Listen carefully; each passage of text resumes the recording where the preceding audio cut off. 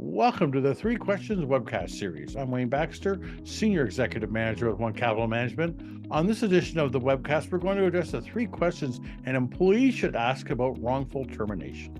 Thank you for taking time to check us out. And if you enjoy this episode of the Three Questions webcast series, please consider liking this video and subscribing to our YouTube channel. My clients are often referred to as cross-border clients. Why is that? Well, it's because they're either U.S. or Canadian residents who invest in U.S. and or Canadian dollar-denominated securities like stocks, bonds, and ETFs. At One Capital Management, we develop and implement strategies that strive for our clients to grow, protect, and ultimately distribute their wealth. And we do that by offering investment wealth management services. Our process for advising our clients includes an in-depth discovery and diagnostic analysis of their wealth management goals and objectives. And for some of our clients, they may find themselves terminated from their job in a way that violates their legal rights or the terms of their employment contract. The financial implications for losing your job are pretty self-evident. And on this edition, we're going to talk to a labor and employment lawyer and discover how to better protect yourself if you believe you've been wrongfully terminated. Don't go away. You're going to want to listen in. On this episode of the webcast, we're going to ask the three questions an employee should ask about wrongful termination. Joining me is Diana Friedland. Diana is a partner with Encino, California-based Bernstein Friedland, PC. Her practice focuses on employment litigation and counseling. Diana has successfully resolved wrongful termination, harassment, and wage and hour matters in both federal and state courts, and she's also had experience as a trial attorney in both federal and state levels. And on top of that, Diana is the first person I turn to if a friend or a colleague of mine has any questions about theirs or their client's employment status. Diana, thank you so much for taking time for our webcast today. Great to see you. Thank you for having me. Really appreciate it. I should also point out here on top of this is that Diana has a very, very popular Instagram page. You can find her at Cali_employment_lawyer. Diana, you got to tell us about your Instagram page. You've had incredible success. Thanks, Wayne. What started out as just a hobby ended up turning into a library I've created of over 70 videos on the most frequently asked questions I get from my clients. And because we represent both employers and employees, I think it's had a broader reach. I'll have a series of videos on best practices that employers should keep in mind from the perspective of reducing their vulnerability to employment lawsuits. And then I've got a number of videos educating employees on their rights, like how to negotiate a better severance agreement, or when are they entitled to overtime, or what are their leave of absence rights? When should you not put in your 2 weeks notice? Different things that I didn't see that there was a lot of content out there on those topics, and they were questions that I was getting pretty frequently. So it's been well received and it's been fun. Yeah, and I think it was one of your posts actually had something like 100,000 views. Yeah, when people care about money, and it was a post about the California state minimum wage going up and what that means for salaried workers too. And it got a lot of positive feedback. I actually had one person write to me that he learned from my video that what his employer was doing was wrong. And he reached out to the employer, and the employer actually gave him a 5-figure raise um, because of just a basic mistake they were making. Super impressive. Again, I'm really honored that you could take time to join us, and I really hope that we can be educational, informative here on the Three Question webcast. And if I could ever get 100,000 views of my one of my webcasts, I would be beyond ecstatic. On this one. We're going to work towards it. So just before we get to the questions, now this is according to the U.S. Labor U.S. Bureau of Labor Statistics. There are 18 million employees, or approximately 18 million employees in the state of California. And you could probably expect there are a number of potential hot button issues that could occur in the workplace, including discrimination, retaliation, breach of contract. There's also whistleblower termination. With that in mind, what advice do you give someone in terms of how they would respond if they're called into a meeting and notified that they've been terminated. Perhaps they've been asked to sign some documents they don't fully understand, and it's obviously understandable. This could be a very emotionally charged situation. Tempers can flare up. What advice do you give to an employee in a situation like that?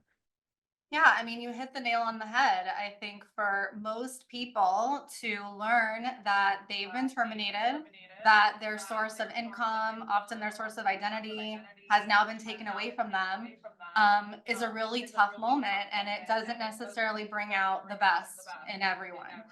So, some thoughts that come to mind are: definitely, it's not smart to sign documents that you've been presented with, especially a severance agreement. A severance agreement is something where an employer will agree to offer you a certain amount of money. Maybe it's a continuation of COBRA benefits or some other thing of value in exchange for your release of claims. And so when you sign a document like that without a clear head, without an opportunity to value whether the package really fairly compensates you for the claims that you might have, then you're really giving up practically all of your leverage to negotiate a better package for yourself. And there are times where I have employees call me after they've signed a severance agreement and I say, like, there's nothing really I can do for you at this point because you released your You've rights. already signed your life away. So, not smart to do that in the heat of the moment while someone's breathing down your neck and you're not really clear about what you're signing. Another suggestion that I have is to keep it professional no matter how hurt or betrayed or angry you might feel. It doesn't really do you any favors, neither from a reputational perspective nor from a legal perspective, to raise your voice, create a scene, destroy property. None of that, behaving in a way that you're ultimately going to regret is not something that is really a positive. So I recommend, the point of those conversations is really not to get into an argument or a dialogue. It's really just to listen, and to keep it professional. And in conjunction with that, the employer often also is not excited about this meeting. They're trying to keep it as short as possible. And sometimes Mhm. they don't even tell you why you're being let go. Sometimes they'll use some generic terminology like, it's not working out, we've decided to part ways. And the employee can ask, what specifically is the reason why I'm being let go? And why that can be helpful is that sometimes, especially in a wrongful termination scenario, when the employee is being fired for an illegal reason, the company is sometimes inconsistent in their explanation for why someone was let go. So we've had times where the reason that the employer gave to our client at termination is now different from what they're saying in deposition or down the road in litigation. So it can be useful to ask, what's the reason? And in conjunction with that, if the termination meeting is happening over the phone, like, once you get a sense that this is where things are going, grab a notepad and jot down everything that's being said. If the meeting is happening in person, then after the meeting, go to the bathroom, go to your car, take down notes about what was said to you. I just never recommend recording the meeting, especially without everyone knowing. There are various states, California is one of them, that require two-party consent to recording. So it's actually a Mhm. crime to secretly record a meeting like that. So that's Right. not something I would recommend, but can be useful down the road. And then the other thought is, after you've left that meeting and you've got your stack of paperwork, to consider, once you're in a more clear headed state, to consult with an attorney. Because even in situations where there's no wrongful termination claim, like, I just had someone reach out. They were eliminating his position. He was a good employee. They offered him a few weeks of severance. I didn't see a wrongful termination claim, but I saw that there was a good argument that he had been misclassified as a salaried worker and he wasn't paid overtime. And ultimately, I ghost wrote a series of emails on his behalf that got him something around 6 times more than what they had initially offered to him, which he never would have achieved on his own and would have not even thought that anything illegal happened in connection with his employment, at least on the wage front. He thought maybe he was wrongfully terminated, but it was the wage claim that really provided the leverage to get a better package. So, to consider consulting with an attorney to guide you on what your rights are, and at a minimum to give you peace of mind that the things that happen were legal, even if they were painful or felt unfair. So bottom line, in just sort of to sort of consolidate that, stay calm, don't blow up, don't get into a big yelling, screaming match. If you can, after you leave the meeting, if you can make some notes, and then obviously after you, like you said, you had a chance to sort of settle down, get some professional advice. Well said. Thank you so much for that. Um, so on this webcast, we're actually going to focus on wrongful termination. It's also known as wrongful dismissal or wrongful discharge. This usually occurs when an employee is fired from their job in a way that violates their legal rights or their terms of their contract, their employment contract. So let's address the three questions an employee should ask about wrongful termination. And the first question, again, this is from the lens of the aggrieved, the person who's lost their job. The first question they should ask, and you can clear to expand on this, is, do I have a claim? I think that's really the first question that they're probably going to want to ask you. Right. I mean, that's the question that we get all the time. So, here are my facts, and do I have a claim? And the way that a lawyer evaluates it is that in most states in the US, there's a default presumption that employment is at will, which means that either the employer or the employee can end the relationship at any time for any reason, with or without giving notice. There are Mhm. limited exceptions to this. You mentioned one of them, the breach of contract claims, but most employees don't have a contract that entitles them to, let's say, 1 year of employment or 3 years of employment. Most employees are at will. So the way that they're going to have a wrongful termination claim is by proving either that they were fired as a result of discrimination against them, meaning as a result of their race, their age. In California, you have to be 40 or older to have an age claim, gender, sexual orientation, pregnancy, disability.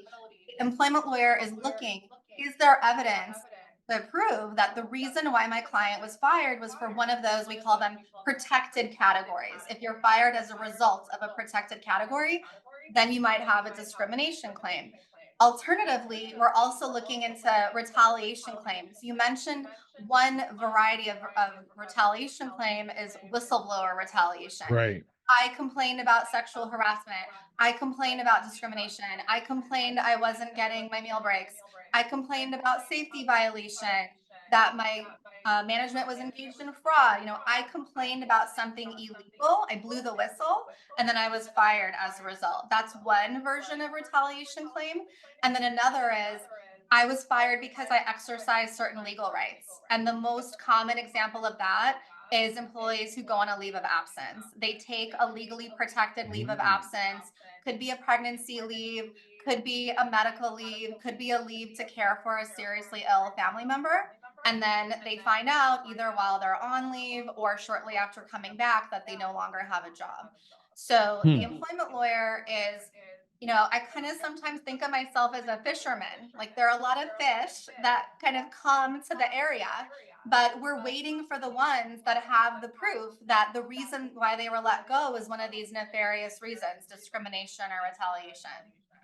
Hmm. Very interesting. Okay, so first question, do I have a claim?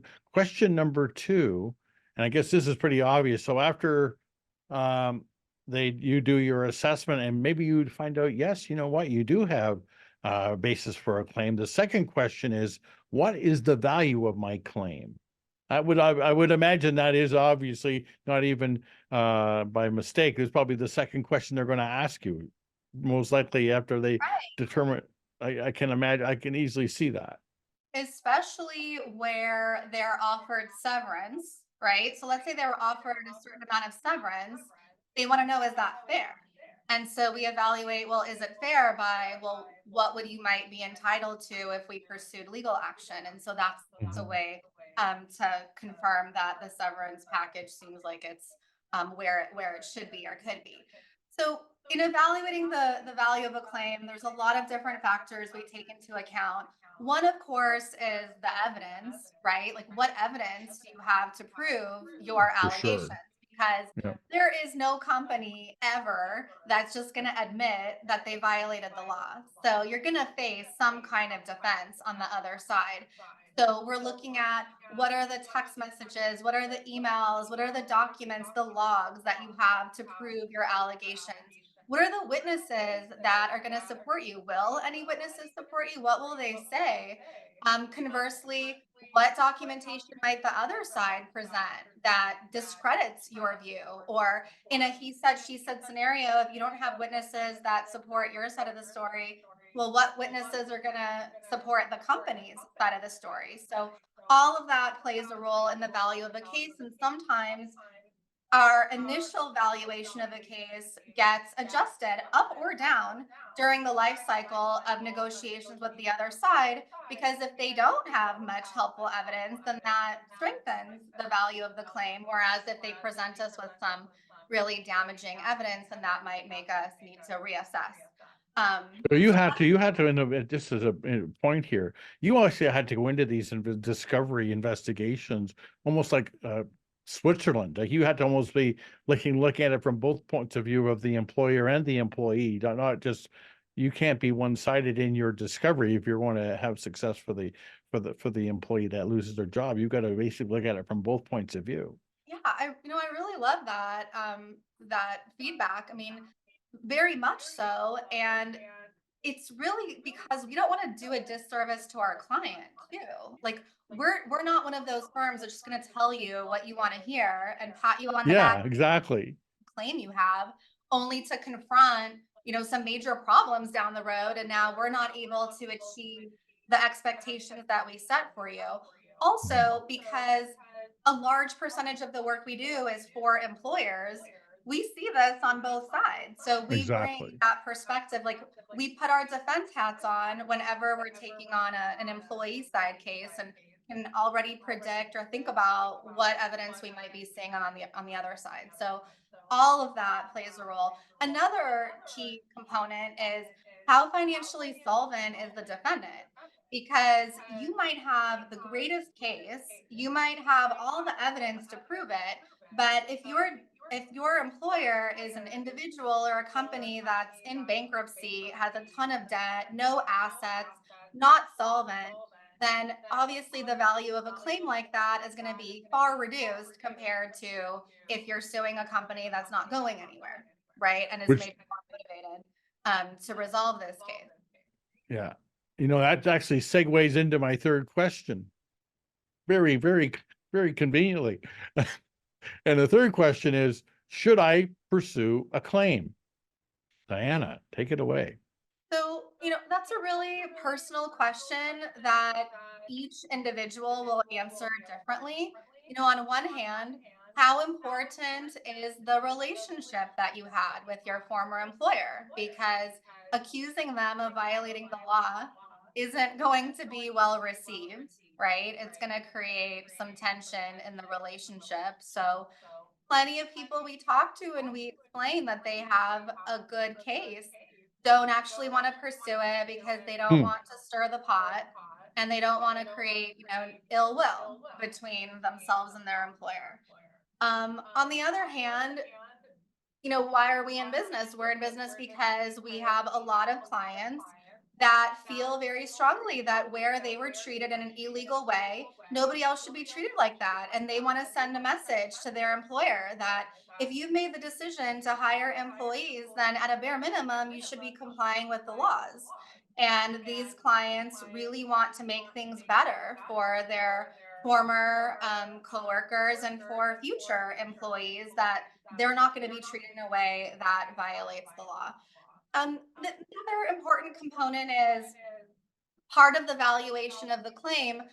What are the financial losses that the employee has suffered? So sometimes the client is offered a nice, like a very reasonable and valuable severance package. And when we look at the value of the claim and we see, Look, the value of the claim itself is maybe the same or below the severance that you've already been offered, then it may not make sense to hire an attorney to try to push it for more. On the other hand, and here's something that maybe some of your listeners don't know, just because you hire an attorney, it doesn't mean that you have to file a lawsuit.